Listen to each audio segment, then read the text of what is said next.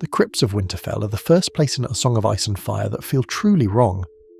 Long before the White Walkers appear on the page, long before the Wall becomes central to the story, the crypts establish an atmosphere of unease beneath the Stark home. Even characters who belong there treat them with caution. They are not a place of comfort. They are not a place of honour alone. They are dark, cold, and older than almost anything else in the North.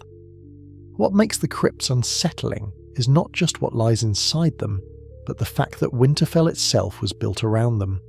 The castle did not come first. The crypts did.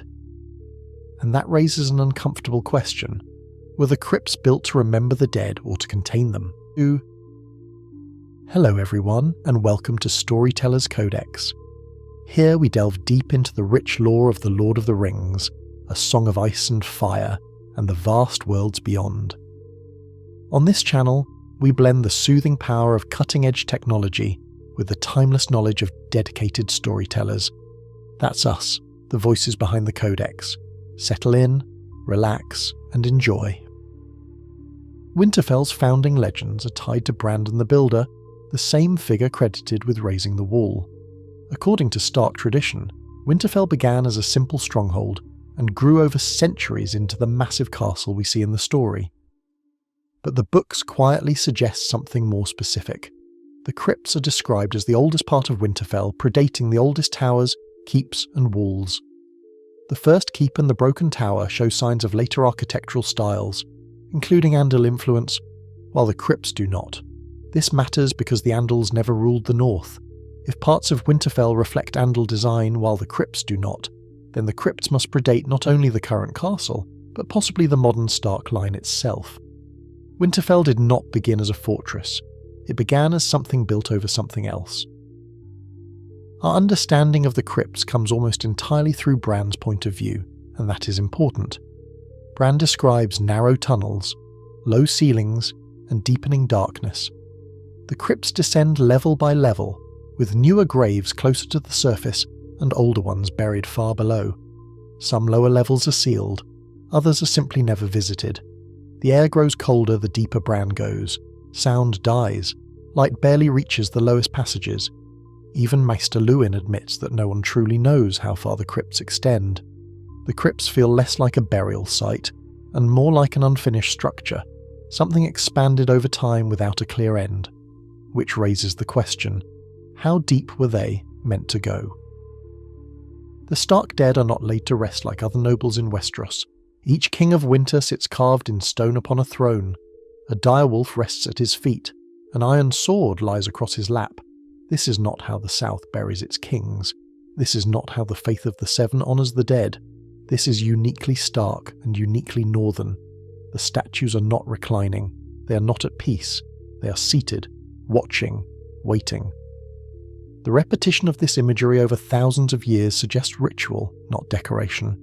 Every detail is deliberate, especially the swords. The iron swords laid across the laps of the Stone Kings are mentioned again and again in the text, and never casually. Old Nan warns that if the swords are removed, the dead will rise. This is not framed as a metaphor. It is presented as folk knowledge passed down through generations.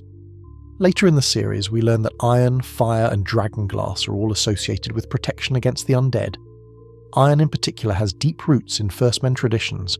The swords may symbolise restraint, they may function as wards, they may anchor something that should not be allowed to move. What matters is that the Starks believe they are necessary, and have believed so for thousands of years, and belief, in A Song of Ice and Fire, is rarely meaningless. One of the most overlooked clues about the crypts comes not from the crypts themselves, but from Bran's visions. While reaching through the Weirwood network, Bran sees a man being sacrificed beneath the Heart Tree at Winterfell. The scene is ancient. The man's throat is cut and his blood runs into the roots of the tree. Nearby, the children of the forest watch. This vision matters because it places Winterfell at the centre of very old magic. The sacrifice is not random violence. It resembles a ritual, possibly part of an agreement or a price paid. The presence of the children strongly suggests a pact rather than a conquest. If Winterfell was once a meeting place between the First Men and the children of the forest, then the crypts beneath it may be part of that same arrangement. The dead below the heart tree may not simply be ancestors, they may be witnesses, guardians, or bound participants in something older than recorded history. The crypts and the weirwood are not separate features. They are part of the same system. There is another place in A Song of Ice and Fire that shares striking similarities with the Crypts of Winterfell. Bloodraven's Cave. It is underground, it is cold, it is filled with bones, and it lies beneath a weirwood whose roots penetrate the stone. Bran's emotional response in both places is telling. In the crypts he feels fear, pressure, and the sense that something is wrong. In Bloodraven's Cave, he feels awe mixed with dread, the weight of memory pressing in on him.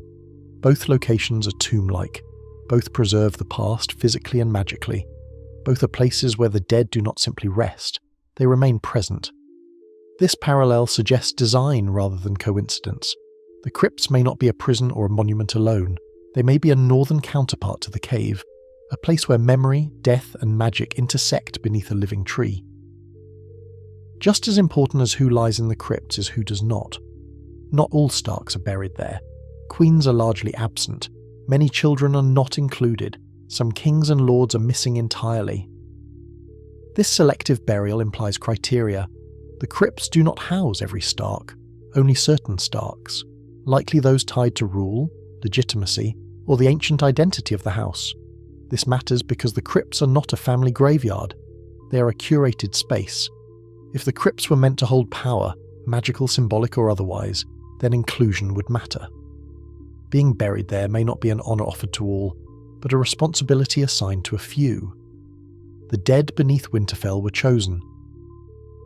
One of the most persistent theories among readers is also one of the most unsettling, that the Crypts of Winterfell contain an army. Bran repeatedly fears that the Stone Kings will wake. Old Nan warns that removing the swords will cause the dead to rise.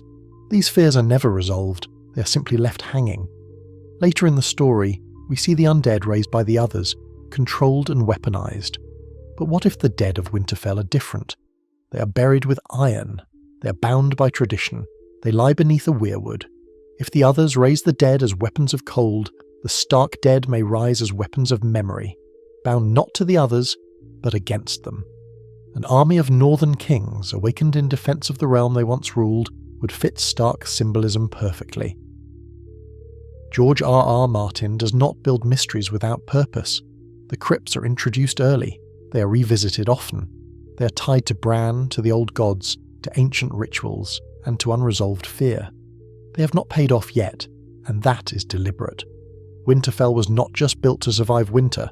It was built to remember how to face it. The crypts beneath the castle may hold the North's oldest secret, not of death, but of resistance, a memory written in stone, iron, and bone. When the long night comes again, Winterfell may not just stand, it may answer. If you are interested in The Lord of the Rings or A Song of Ice and Fire, click one of the links on the screen to dive deeper into the lore. Thanks for watching, and we hope to see you next time.